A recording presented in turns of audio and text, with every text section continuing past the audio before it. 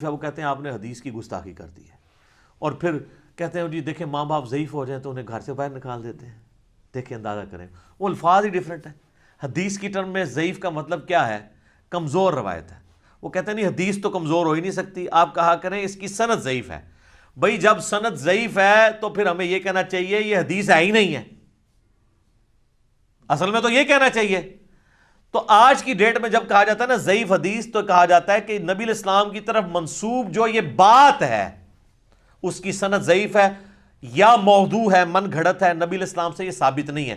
تو یہ ٹرم اصطلاح کے طور پہ استعمال ہوتا ہے، اس پہ گستاخی کا فتویٰ نہیں لگنا چاہیے. وہ کہتے ہیں نہیں، بعض اوقات یہ ہوتا ہے کہ آپ جو حدیث بیان کر رہے ہیں وہ اس کی سند ضعیف ہے لیکن متن صحیح ہو. بالکل ٹھیک ہے جی، ہو سکتا ہے ایسے، لیکن اگر متن اس کا صحیح بتانے والی کوئی روایتی دنیا میں موجود نہ ہو، سب کی سب بھی ضعیف ہوں، تو پھر ہم اس کو کہیں گے پکا ضعیف.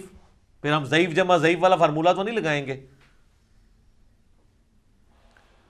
یہ ہو سکتا ہے کہ حدیث کا متن صحیح ہو، اس کی سند ضعیف ہو اور کسی اور جگہ آپ کو مل جائے. جس طرح کہ ایک بڑی مشہور حدیث ہے ابو داؤد کے اندر کہ نبی الاسلام نے فرمایا کہ اگر میں سجدہ جائز سمجھتا تو بیویوں سے کہتا کہ وہ اپنے خامدوں کو سجدہ کریں اس حق کے سبب جو اللہ نے ان کو دیا ہے. اس کی جو ابو داؤد میں سند ہے وہ روایت کمزور ہے. اس میں شریک القاضی مدلس ہیں اور ان سے روایت کر رہے ہیں، اور امام مسلم نے مقدمے میں لکھا ہے کہ مدلس کی ان والی روایت سما کی تصریح کے بغیر ضعیف ہوگی. اس کو میں ایڈریس کر دوں گا انشاءاللہ آج. لیکن اس کی سما کی تصریح ہمیں سنن کبریٰ البیہقی میں مل جاتی ہے. وہاں پہ جو ہے نا وہ شریک القاضی نے جو ہے وہ حدثنا اور اخبرنا کے ذریعے روایت کیا، ان سے نہیں کیا، تو لہٰذا ہم اس کی بنیاد پہ اس حدیث کے متن کو درست کہہ دیتے ہیں.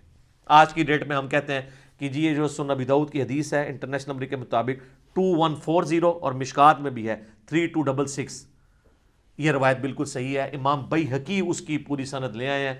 تدلیس والا سکم انہوں نے ختم کر دیا. لیکن اگر کسی کی کوئی صحیح سند مل ہی نہ رہی ہو، سکم دور ہی نہ ہو رہا ہو، پھر تو ہم اس کے بارے میں نہیں کلیم کر سکتے نا. یہ امام مسلم نے جناب جو مقدمہ لکھا ہے نا، اتنے پیشن کے ساتھ لکھا ہے، وہ سارا تو ہم 3 گھنٹے لگ جائیں تو کور نہ ہو. میں چند موٹے موٹے پوائنٹس کور کروں گا. اس کو آپ کو سننے کے بعد یہ اندازہ ہوگا کہ امام مسلم اس زمانے میں وہ راگ لاپ رہے ہیں کیا کہ مرنے سے پہلے ہے مسلمان. کر لے اس پہ غور. کتابوں کا خدا اور ہے، بابوں کا خدا اور. یقین کریں یہ یعنی پورا مقدمہ سننے کے بعد آپ کو آئیڈیا ہوگا کہ وہ یہی کہنا چاہ رہے ہیں آج کے دور میں جس طرح ہم یہ بات کر رہے ہیں کہ آپ علم حدیث کو صحیح اسناد کے ساتھ لے کے چلیں. قصے، کہانیاں، اور ایون وہ تو اس لیول تک گئے ہیں، انہوں نے کہا ہے کہ چاہے حلال و حرام کا مسئلہ ہو، چاہے فضائل اعمال کا مسئلہ ہو، چاہے ترغیب اور ترہیب کا مسئلہ ہو، یعنی وعیدیں سنانا یا فضائل سنانا، کسی بھی ایشو کے اندر ضعیف حدیث وہ کہتے ہیں ایکسیپٹیبل نہیں ہے. اور وہ کہتے ہیں صحیح حدیثیں ختم ہو گئی ہیں کہ ہم یہ کام کرنے شروع کر دیں. یعنی امام مسلم اس معاملے میں بڑے سخت تھے. اگرچہ اس زمانے میں کچھ لوگ ضعیف روایتوں کو فضائل میں لے لیتے تھے، لیکن آج اگر وہ لوگ زندہ ہوتے نا تو وہ دیکھتے کہ ان کی اس کمزوری نے امت کو کس جگہ آ کے پھینکا ہے.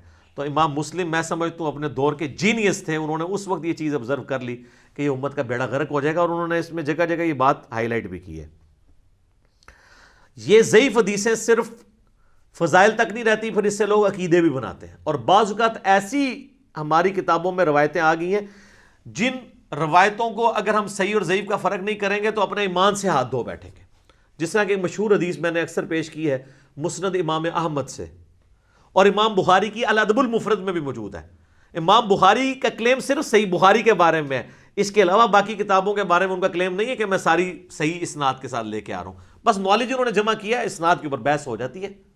جس طرح کہ پرانے زمانے میں آپ لوگوں نے تو خیر آپ کو یاد نہیں ہوگا، جب ہم چھوٹے چھوٹے تھے کیلکولیٹر ہمیں یوز کرنے کی اجازت نہیں ہوتی تھی، تو ہم لاگ کے سوال جو ہے نا اس کے لیے لاگرتھم کی الگ سے بک ملتی تھی، وہاں سے ہم دیکھ کے تو ویلیو ڈالتے تھے.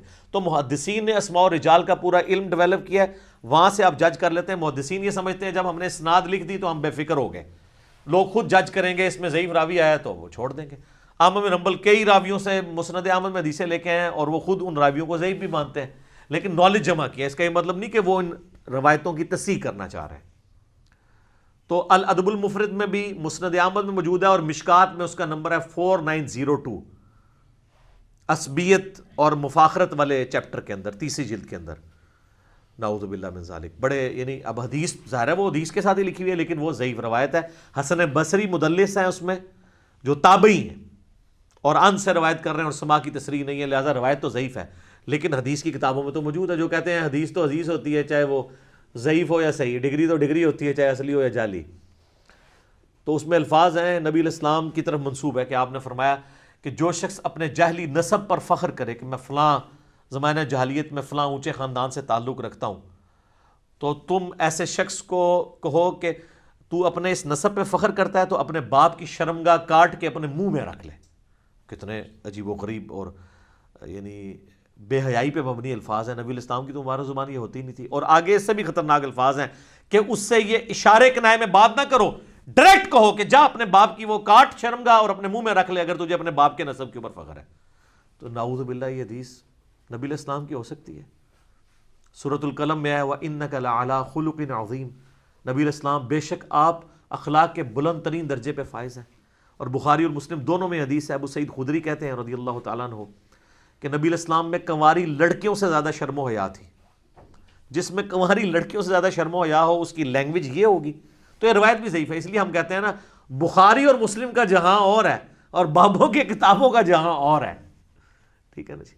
تو مرنے سے پہلے آپ مسلمان کر لے اس